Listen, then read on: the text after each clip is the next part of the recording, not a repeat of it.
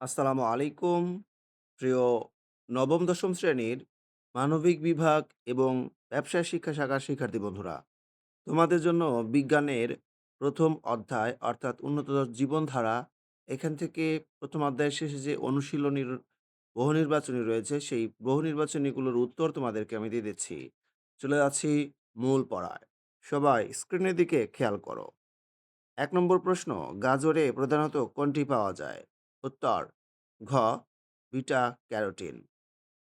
২ নম্বর প্রশ্ন, স্নেহে দ্রবণীয় ভিটামিনগুলো হলো, এখানে উত্তর হবে হচ্ছে খ, অর্থাৎ এ, ডি, ই এবং কে।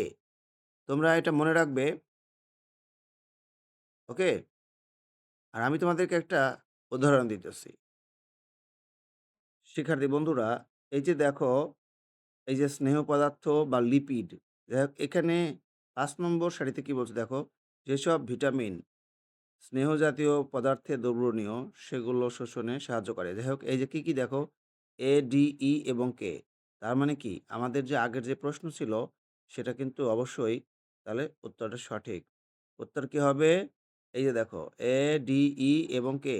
তার মানে হচ্ছে ১ ও ৩। তাহলে স্নেহে দ্রবণীয় ভিটামিনগুলো হলো এ, ডি, ই এবং কে, অর্থাৎ উত্তর হবে এখানে খ।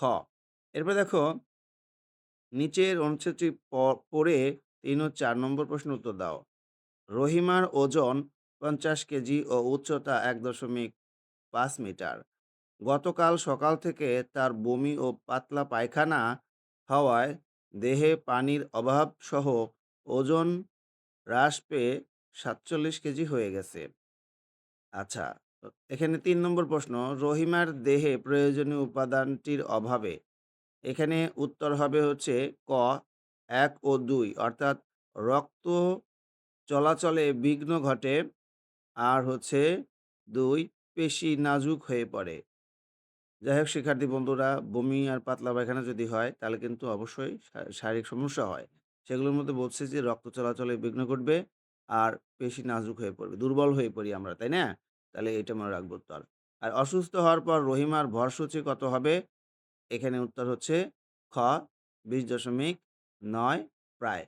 দেহের উচ্চতার সাথে ওজনের সামঞ্জস্য রক্ষা করার সূচক হলো ভরসূচি। বিএমআই যেটাকে বলা হয়, বডি মাস ইনডেক্স। তো প্রিয় শিক্ষার্থী বন্ধুরা, আমরা তাহলে বিজ্ঞানের প্রথম অধ্যায়ের এমসিকিউ গুলো শিখে গেলাম, যেগুলো পাঠ্য বইয়ের শেষে ছিল। এর পরবর্তীতে তোমাদেরকে সৃজনশীল প্রশ্নগুলোর উত্তর দিয়ে দেব। তো সবাই সেই ক্লাসটিও দেখবে এবং প্রত্যেকে আমার ইউটিউব চ্যানেল সাবস্ক্রাইব করে রাখবে। আল্লাহ হাফেজ।